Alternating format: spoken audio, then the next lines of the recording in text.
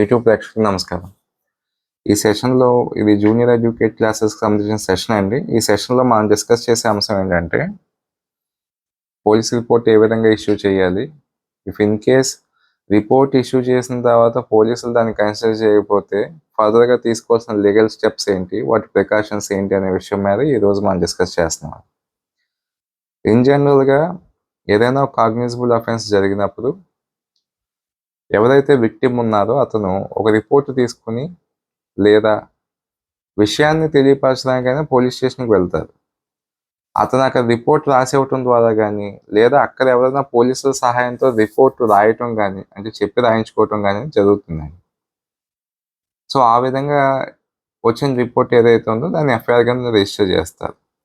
Some certain medical aspects ఉన్న కేసెస్లో ఈ కొట్లాట్ల తగువులు కానీ, అటెంప్ట్ మర్డర్ కానీ, రేప్ కేసెస్ కానీ, యాక్సిడెంట్ కేసెస్ కానీ ఇలాంటి కేసెస్లో ఇన్ జనరల్గా వీళ్ళు వెళ్ళి హాస్పిటల్లో అడ్మిట్ అవ్వటం, హాస్పిటల్ నుంచి medico legal case information MLC information అనేది కన్సర్న్ పోలీస్ స్టేషన్కి ఇవ్వటం, పోలీస్ స్టేషన్ నుంచి మళ్ళీ హాస్పిటల్కి వచ్చి వాళ్ళు స్టేట్మెంట్ రికార్డ్ చేసుకోవటం అనేది జరుగుతుంది.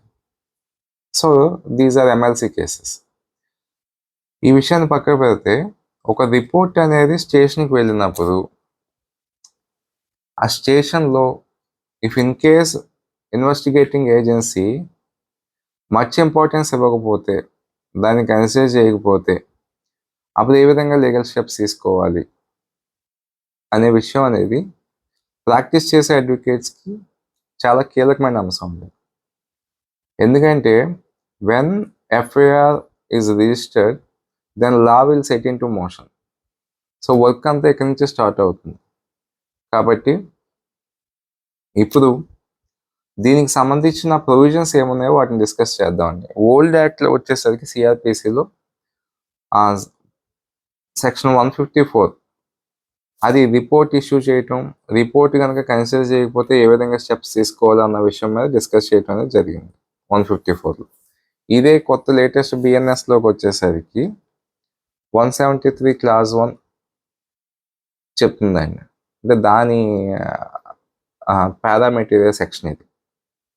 సో ఈ సెక్షన్ ఏం చెప్తుందో చూద్దాం. Information in cognisable cases. Every information relating to commission of a cognizable offence, irrespective of the area where the offence is committed, may be given orally or by electronic communication to an officer in charge of a police station. And if given, దీంట్లో మళ్ళీ sub clauses అండి. 173 clause 1లో sub clause 1, orally it shall be reduced to writing. Oralగా ఇస్తే కనుక information it shall be reduced to writing by him or under his direction and be read over to the informant.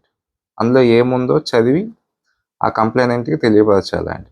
And every such information, whether given in writing or reduced to writing as aforesaid, shall be signed by the person giving it. ఎవరైతే report ఇచ్చారో అతను ఇచ్చిన report మీద అతను సంతకం కలిగి ఉండాలి అని చెప్పి అంటారు. So sub class 2, by electronic communication, అంటే ఎలక్ట్రానిక్ కమ్యూనికేషన్ ద్వారా రిపోర్ట్ ఇస్తే it shall be taken on record by him on being signed within 3 days by the person giving it. అంటే ముందు దాన్ని రిజిస్టర్ చేసి ఇచ్చినప్పటి నుంచి 3 రోజుల్లోపు అతని సంతకం దాని మీద తీసుకోవాలి అని చెప్తూ ఉన్నారు. And the substance thereof shall be entered in a book to be kept by the such officer in such form as the state government may be rules prescribed in this behalf.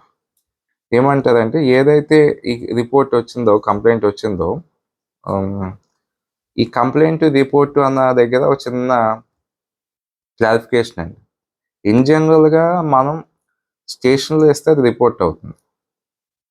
కేవలం magistrate ముందు file చేసేది మాత్రమే complaint అవుతుంది. So but general కాంటెక్స్ట్లో మనం complaint అనే వాడుక పదానికి అలవాటు పడిపోయాం కాబట్టి సో అది మీకు అర్థం అవ్వాలని చెప్తున్నాను. మనం ఎప్పుడూ కూడా SHOకి ఇచ్చేది కేవలం రిపోర్ట్ మాత్రమే. Complaint we can only give directly to the magistrate. SHOకి ఇచ్చేది కంప్లైంట్ అవ్వదు. So this is the procedure అండి. సో ఈ 173 క్లాజ్ 1 అంటే which is pari materia to 154 clause 1 of CrPC. This is BNSS. So ఈ సెక్షన్లో ప్రిస్క్రైబ్ చేసిన ప్రొసీజర్లో మన రిపోర్ట్ ఇవ్వటం అనేది జరుగుతుంది. సో సబ్సిక్వెంట్గా ఇఫ్ ఇన్ కేస్ మనం ఈ విధంగా రిపోర్ట్ ఇచ్చాం స్టేషన్కి వెళ్ళి, బట్ SHO ఆ రిపోర్ట్ని కన్సిడర్ చేయలేదు, వాట్ నెక్స్ట్? సో ఓల్డ్ యాక్ట్లో వచ్చేసరికి 154 క్లాస్ 3, అదే సెక్షన్ ఇప్పుడు బిఎన్ఎస్ఎస్లోకి వచ్చేసరికి 173 క్లాస్ 4 అయింది. సో ఇందులో ఏం చెప్తూ ఉన్నారంటే, any person aggrieved by the refusal on part of an officer in charge of a police station to record the information referred to subsection 1. అంటే ఏదైతే ఇప్పుడు మనం డిస్కస్ చేసామో ఆ రిపోర్ట్ని తీసుకోవడానికి SHO కనుక నిరాకరిస్తే, may send substance of such information in writing by post to the superintendent of police concern who is satisfied that such information discloses the commission of a cognizable offense shall either investigate the case himself or direct an investigation to be made by any police officer subordinate to him in the manner provided by this Sanhita. And such information shall have all powers of an officer in charge of the police station in relation to the offence, failing which such aggrieved person may make an application to the magistrate. So ఇందులో చెప్తూ ఉన్నాను 173 class 1లో ఇచ్చిన report ఏదైతే ఉందో అది officer incharge కనుక ఆ concern SHO police officer consider చేయకపోతే 173 క్లాస్ 4లో ఉన్న ప్రొసీజర్కి రిసార్ట్ అవుతూ ఆ కంప్లైంట్ యొక్క జిస్ట్ని, అంటే ఆ రిపోర్ట్ యొక్క జిస్ట్ని SPకి సూపరింటెండెంట్ ఆఫ్ పోలీస్కి త్రూ పోస్ట్ ద్వారా పంపించాలి. పంపించినప్పుడు ఆ కన్సర్న్ సూపరింటెండెంట్ ఆఫ్ పోలీస్ అతన్ని, ఎవరైతే ఇన్వెస్టిగేషన్ ఆఫీసర్ ఉన్నారో అతన్ని కానీ లేదా అతని అధికార పరిధిలో ఉన్న వేరొక అధికారిని కానీ ఈ కేసుకి సంబంధించి ఇన్వెస్టిగేషన్ చేయమని ఉత్తర్వులు జారీ చేయొచ్చు.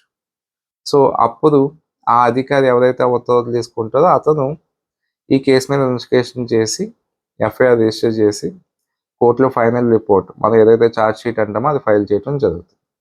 ఒకవేళ ఈ ప్రొసీజర్ అంతా కూడా జరగకపోతే then we have to come to the magistrate to file the complaint directly before the court. So this is the procedure. So ఈ ప్రొసీజర్స్ గతంలో అంత స్ట్రిక్ట్గా ఫాలో అయ్యేవారు కాదండి. పోలీస్ స్టేషన్లో రిపోర్ట్ ఇచ్చేవారు, డైరెక్ట్గా వచ్చి కోర్టులో ప్రైవేట్ కంప్లైంట్ ఫైల్ చేసేవారు. But since the verdict of honourable apex court in the case of Priyanka Srivastava, so ఈ ల్యాండ్ మార్క్ కేసు వచ్చిన తర్వాత ఈ ప్రొసీజర్ని స్ట్రిక్ట్గా ఫాలో అవటం, ఇంప్లిమెంట్ చేయటం అనేది జరుగుతుంది. ఎందుకంటే మనకి లాలో ఒక రెమెడీ ఇచ్చినప్పుడు ఆ రెమెడీని యూటిలైజ్ చేసుకోకుండా డైరెక్ట్గా మనం లీగల్ ఫార్మ్ని అప్రోచ్ అవ్వకూడదు. When the report was refused by the concern SHO, we have a remedy to file the same report before the higher officials. But by neglecting such procedure, we are directly approaching the magistrate to register our case. In the means of section 190 or 200, whatsoever it may be in old act. So ఏదైతే మనం neglect చేస్తున్నామో ఆ ప్రొసీజర్ని దాన్ని స్ట్రిక్ట్గా implement చేసుకోండి, follow అవ్వండి. There is a legal procedure కదా అని చెప్పి ఇన్ ప్రియాంక శ్రీవత్సవ కేసులో కొన్ని గైడ్లైన్స్ ఫ్రేమ్ చేయడం జరిగింది. అందులో ఉన్న గైడ్లైన్స్ ఏంటంటే, you should make an application before the SHO. దాన్ని మనం రిపోర్ట్ అంటున్నాం కదా, అది అంటే అది ఓల్డ్ యాక్ట్ ఉన్నప్పుడు ఇవ్వటం జరిగింది కాబట్టి ఓల్డ్ యాక్ట్లో ఉన్న ప్రొవిజన్సే కోట్ చేసి చెప్తున్నాను. 154 క్లాస్ 1 కింద డైరెక్ట్గా పోలీస్ అధికారి ముందు ఖచ్చితంగా రిపోర్ట్ ఇవ్వాలి. ఆ రిపోర్ట్ ఇచ్చిన తర్వాత అతను ఆ రిపోర్ట్ కన్సిడర్ చేయకపోతే, రెఫ్యూజ్ చేస్తే లేదా నెగ్లెక్ట్ చేస్తే 154 క్లాస్ 3లో ఉన్న ప్రకారం డైరెక్ట్గా సూపరింటెండెంట్ ఆఫ్ పోలీస్కి we have to send a registered post same complaint. ఆ జిస్ట్ని సూపరింటెండెంట్ దృష్టికి తీసుకెళ్ళాలి. అతను కూడా దాని మీద ప్రాపర్ యాక్షన్ తీసుకోకపోతే then we have to file a private complaint before the court either under section 190 or 200 of CRPC. So ఈ ప్రైవేట్ కంప్లైంట్ ఫైల్ చేసే క్రమంలో ఏం చేయాలి అంటే, 154 క్లాస్ 1 కింద మనం ఇచ్చిన రిపోర్ట్ కాపీని ఎంక్లోజ్ చేయాలి ప్రైవేట్ కంప్లైంట్లో. 154 క్లాస్ 3 కింద మనం ఇచ్చిన రిపోర్ట్ కాపీ, ఏదైతే ఎస్పీ గారికి ఇచ్చిన రిపోర్ట్ కాపీ ఉందో ఆ copy along with postal receipts and also postal acknowledgements ఇవన్నీ దాంట్లో ఎంక్లోజ్ చేయడం జరగాలండి. At the same time there is a affidavit procedure. కంప్లైంట్తో పాటు ఒక స్వాన్ అఫిడవిట్ కూడా మనం ఫైల్ చేయాలి. ఇదంతా ప్రీవియస్గా నేను ఇంకెక్కడ ఏ ఫారంలోని ప్రైవేట్ కంప్లైంట్స్ ఫైల్ చేయలేదు. ఇదే ఫస్ట్ ఫారంలో నేను ఫైల్ చేస్తూ ఉన్నాను. ఈ కంప్లైంట్లో ఏమైనా ఫాల్స్ ఇన్ఫర్మేషన్ ఉంటే I shall avoid the action taken by the court of law. I strictly follow the guidelines stipulated in Priyanka Srivastava case. ఈ అన్ని విషయాలు చెప్తూ ఒక స్వాన్ అఫిడవిట్ను కూడా కంప్లైంట్ అటాచ్ చేసి ఫైల్ చేయాలి. What is the purpose of sworn affidavit అంటే there is a much possibilities for false complaints. జనరల్గా ఎస్హెచ్ఓ కేసుని టేకప్ చేయలేదు అంటే చాలా రీజన్స్ ఉండొచ్చు.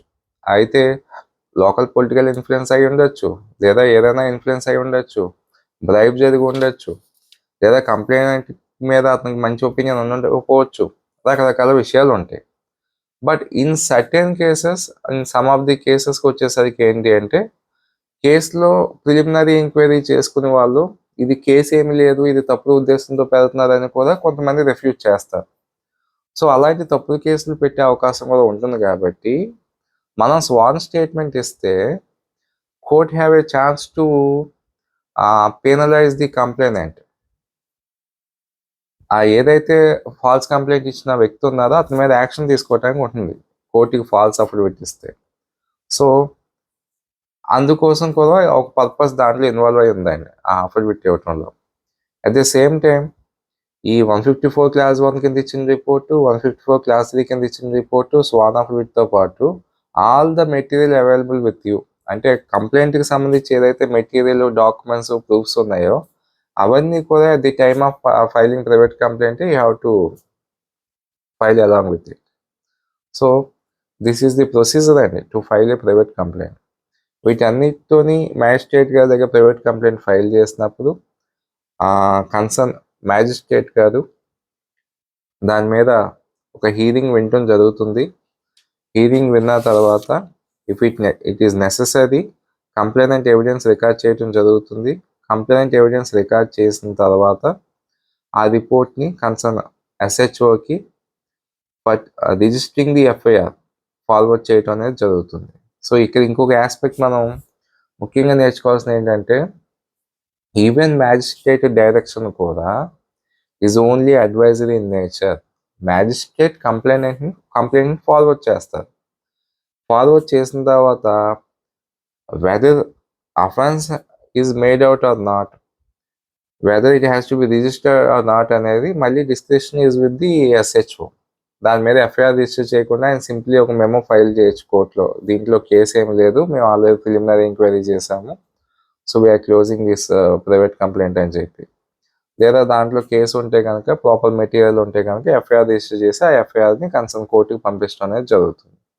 సో మ్యాజిస్ట్రేట్ డైరెక్షన్ అనేది అడ్వైజరీయే కానీ మ్యాండేటరీగా ఫాలో అవ్వాలని మాత్రం ఏమీ లేదు. So this is the procedure contemplated in Priyanka Srivastava case to follow the petitioners for filing the private complaint. So ఈ సెషన్ మీకు బాగా ఉపయోగపడిందని ఆశిస్తూ సైనింగ్ ఆఫ్ మీ సతీష్ కుమార్ బిర్లా.